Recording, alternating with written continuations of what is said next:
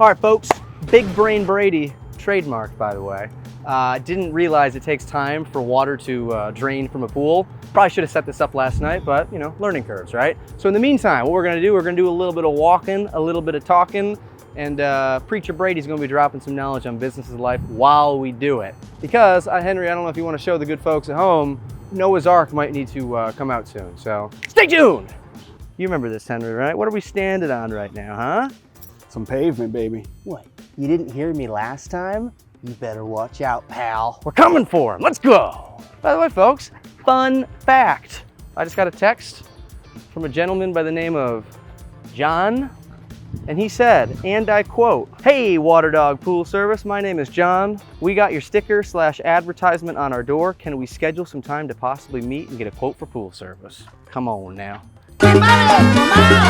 Come on now, the big dog's out here getting results, baby. That's what it's all about, man. We're out here, we're in the sun, getting some rays, sweating. You know, 50% of this channel is perspiration. The other 50% is education, inspiration, motivation, aspiration. We're out here making some money today, folks. Trying to get the word out. Hey, neighbor. And I got no clue if any of these houses have pools, but there's no point. Might as well just get them all out.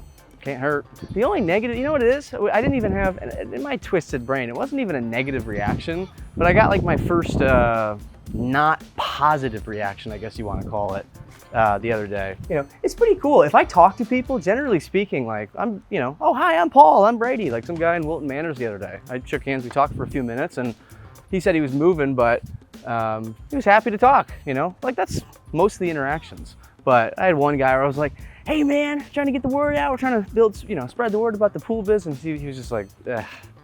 I was like, all right, man.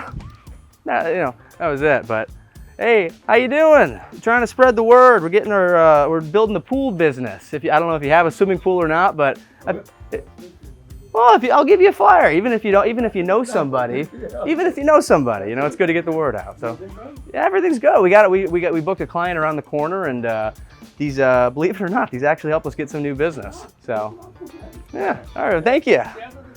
I'll try. I'll try, man. See you, man. Folks, there you go. So explain to me the importance of time management. It's the great equalizer. I know that much. I mean, you look at a guy like, you know, President of the United States, or the garbage man that lives around the corner, or Oprah Winfrey, or the big dog. We've all got 24 hours in the day, man. And the great equalizer, and by the way, it's one of the only finite resources, because guess what? You only get so much. You cannot, once you use it, you don't get it back, you know? So I'm a big believer that those who utilize their time in the best way, they're typically the best performers. And the thing with time management, man, is you only have so many hours. You sometimes have to utilize something called OPT, other people's time, right? I only have so many hours. If I walked around 24 hours a day and I put out Post-it notes, like my results are capped at a certain amount. So sometimes you have to utilize help in the form of other people, software, tools to help maximize your time. Yeah, I can already tell you right now, I'm gonna get burned up today. I can already feel it. Perspirating, baby. Perspirating and skin cancer, melanoma inning or whatever. It's gonna be one of those kind of days. Some good old Florida skin cancer. Woo-wee! Hell yeah, man. Oh, dude, you're on? Yeah. The other day, when Alex was helping me with the pools, I put out probably 250 myself. He would do the pool. I would go run up and down the street and just go boom, boom, boom, boom, boom, run back, and I'd help him finish up the pool. And we hadn't gotten anything back, like nothing. And not even a phone call. And I was getting a little discouraged, not like crazy discouraged, but just kind of like, damn, you put out a few hundred advertisements. You hope that you get, I don't know, 3 or 4 people who are at least gonna inquire. But yeah, you know, we weren't getting the results I wanted initially. So that's pretty cool. When you get a text like that, it kind of reaffirms the work that you're putting in. It's a good feeling. But on the topic, it doesn't matter. It doesn't matter if I feel good, all right? Because your emotions should not dictate. Damn, almost had a Biden moment right there. Your emotions do not and should not dictate your actions, all right? There's plenty of days where I wake up and I'm like, maybe I'm not feeling the greatest that particular morning, right? There's plenty of days where I wake up and I'm on fire, right? It doesn't matter how you feel. If you've got something you've got to do on the day, you do it regardless of your emotion. How would you advise people that are doubting themselves of starting a business because there's a lot of competition? There's already people doing this stuff. They got a scarcity mindset. Me, abundance, baby. I mean, it's one of those things where it's like, I'm not afraid to take risk. I'm not afraid to lose money. I like to think I'm risk averse in some areas, and I like to use my brain. Like, I'm not just gonna, oh, you need money to start up a business? Here's my banking password, right? I'm not doing that. But, well, that networking coaching group mastermind thing that I said I'm a part of, there's a guy in it. We just had our call the other day, and we were talking about the topic of personal branding. You know, and I like to think, I mean, Henry, shout out, hard to find media. It's hard _ find media. Boom! Look him up on Instagram, all of the stuff, right? And he's gonna be putting out some fire content himself personally, so watch out. But oh yeah, there's a guy in the coaching group, and we were talking about personal branding. And for me, it's like, I'm just gonna pump content. You know, I figure for the first year or 2 years, and it's gonna take me a while to find like my niche or my niche, my voice, you know? I figure I'm just gonna pump stuff, get eyeballs, stay consistent, get stuff moving, and basically shoot first, ask questions later. But there's this one guy who was like, oh, well, I'm just afraid like someone's gonna sue me and this, that, and the other. And we're all kind of like, what do you mean sue you? And he's like, well, I've got like opinions on X, Y, and Z and stuff, and like we live in a very litigious society, and I don't wanna post something that, you know, gets me in trouble. And we were all just kind of like, dude, just hit record, just start. Like if you're looking, and it's a long answer, it's a long-winded answer for an easy question, but like if you're looking for reasons to not succeed, you're probably not gonna succeed. If you're sitting at home and you're like, well, I wanna start a pool business, or I wanna start a whatever business, but like, you know, what was the example you used? Like there's only so many homes or something? Yeah.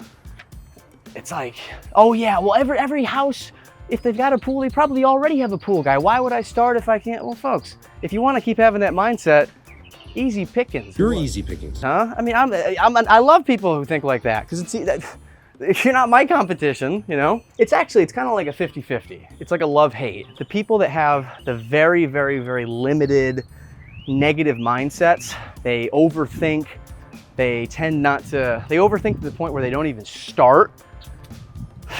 It's a love-hate, because I'm like, damn, I want to show you the better way to live. I want to show you a better way to think positive and go through life. But the other part of me is like, if you're not going to try, I know I will, and more business for me and my company, right? But no, folks, I mean, I don't know if you realize this. When I was brand new, I mean, I knew how to spell chlorine, but besides that, I didn't really know a whole lot about the pool business or the pool service. We had an above-ground swimming pool when I was a kid we would swim in, and I remember I would see like my mom occasionally put like, not salt, but I'm assuming it was chlorine, and like we would net it every once in a while, but I didn't really know anything. It's not like I grew up in the pool world, in the pool business. I didn't know what I was doing when I got started, but I got started. And I didn't know if these were gonna work when I got started, but I did it anyway. And I put out yard signs. I have no idea if those were gonna work, but I did it anyway. I do something and then I learn from it. And then if it doesn't really work, I tweak it and I adjust. And if it does work, well, that's great, you know? Well, you know what's funny? Brad always talks about, he had a, golly, man. You know what I admire so much about the people that, and it has a ripple effect, because even though I'm a small fish right now, we're gonna grow. But these guys that I follow these guys, Andy Frisella, I follow the Brad Lees, I follow the Ed Miletts, I follow all these guys, right? I listen to their, Alex Hormozy, I absorb their content, I'm on their YouTube, I listen to their podcasts, I share it with other people, I share it with Henry, I share it with Alex, I share it with members of my family, I share it with my little brother, I share it with my friends. What I admire about them so much is they put this shit out for free. Like, obviously some of them are selling conference tickets, and they're selling books, and they're selling courses, and they're selling whatever.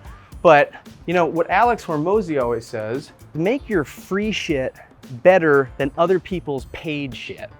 And I just have such an admiration for people who have grinded and they've worked so hard and they've learned through trial and error and losing money and getting their asses kicked. And they just give away that information for free for the little guys. And, you know, I just have such a massive amount of appreciation for that and aspiration. I want to be more like those guys.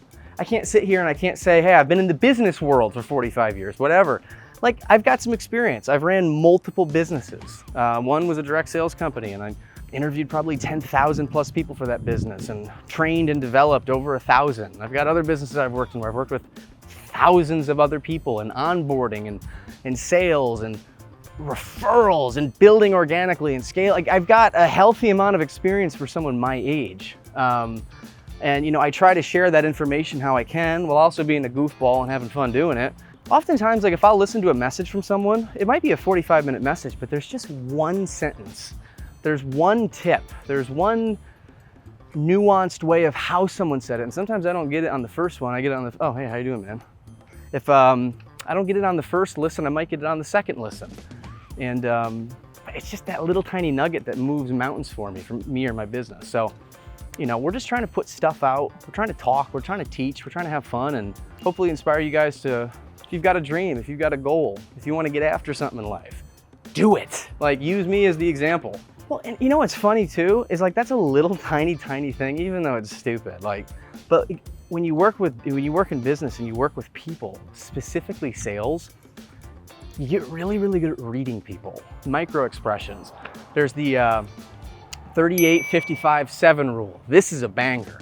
In communication, all communication, if you're just sitting down and you're having a face-to-face conversation with someone, 55% of what the other person is receiving are your nonverbals, right?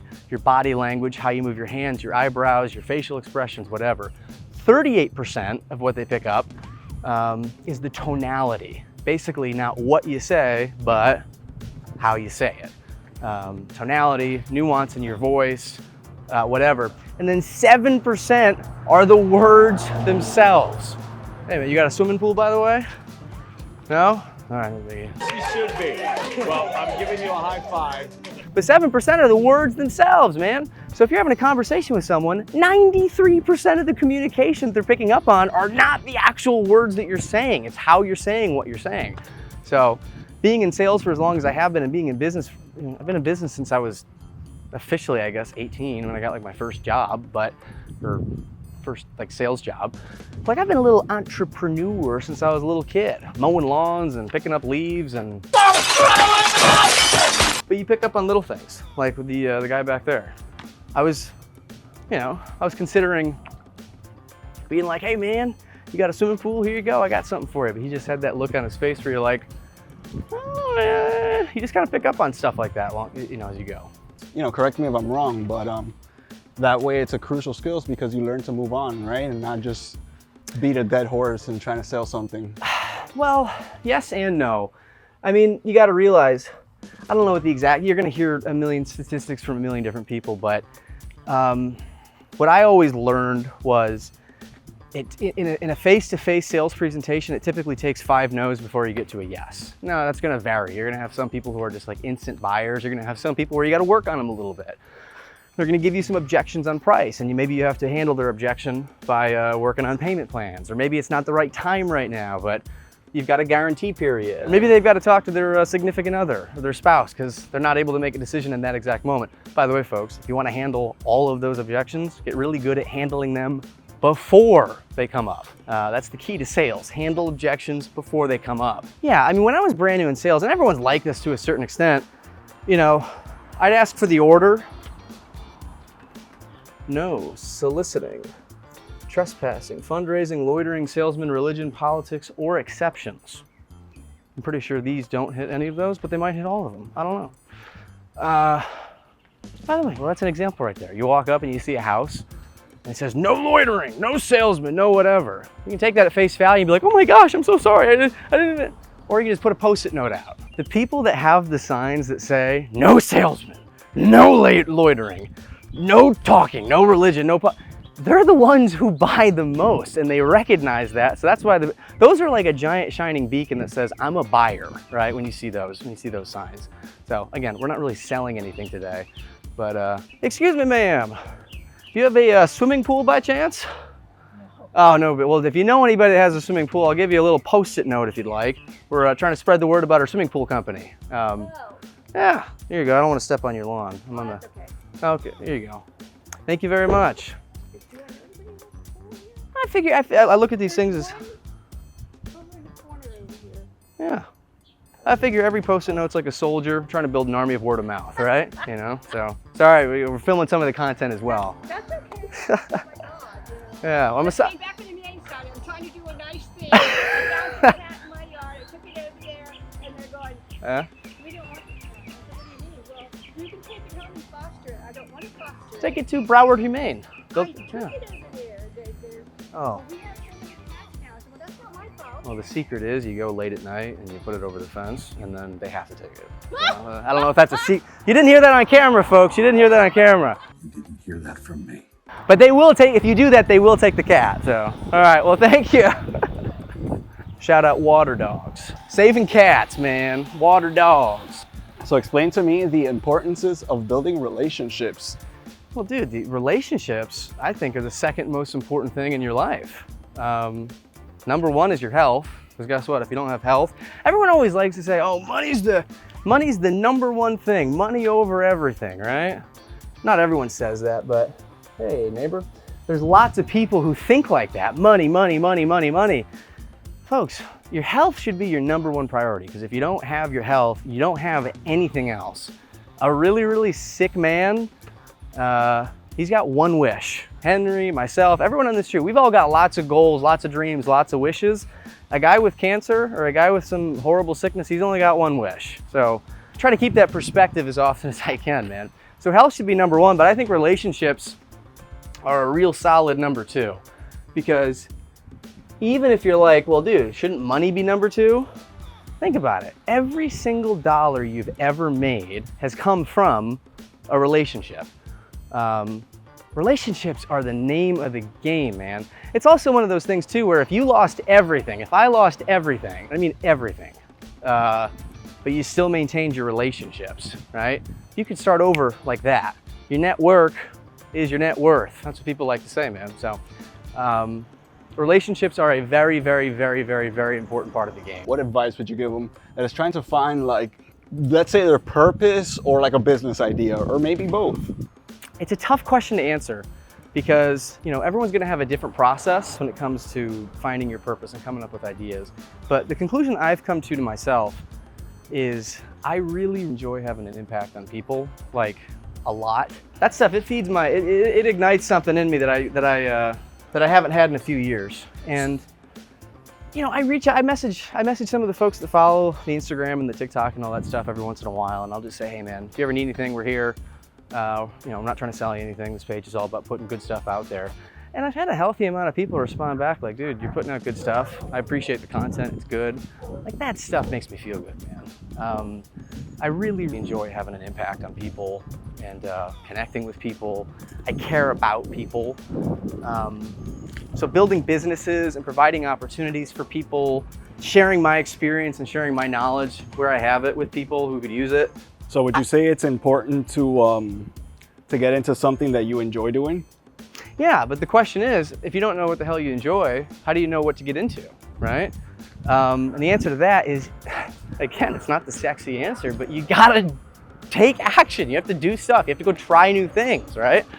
For me, thankfully, it didn't take me very long. I found that I really enjoy making this stuff and connecting with people and making videos and making content. And, but you know, if that's not really your style, that's not your style. Maybe your passion is, you like working with animals. Maybe your passion is volunteer work. Maybe your passion is building businesses. Maybe your passion is, I don't know, man, friggin' railroad model train sets or what. Everyone's different. We all have our different things that make us excited and that we like doing. So if you're kind of sitting at home right now and you're purposeless, which I've been there, what I will say is this: sitting on your butt and doing nothing will do nothing. You have to get out there. You have to go shake hands. You got to go talk to people. You got to try new things. You got to be willing to take risks. You have to be willing to fall on your face and look like an idiot. The thing is, guys, is this. Every single time you do something new in your life, you're gonna feel stupid. You're stupid. Folks, you heard it here first. Pastor Brady's out here preaching to you the good word. And the good word is advertising, work ethic, business, life, and a lot of rambling and ranting and raving on all sorts of different stuff. I hope you enjoyed the video. Hope you learned a couple things. And one day this account will be mine. I come here every day, 5:30 in the morning, and I just stare at it longingly. Guys, I'm gonna have to keep staring at it longingly until you like and subscribe. You gotta like that, you gotta hammer it. Here's the like button. Boom! You gotta hammer the like button, you gotta subscribe. Come back next time.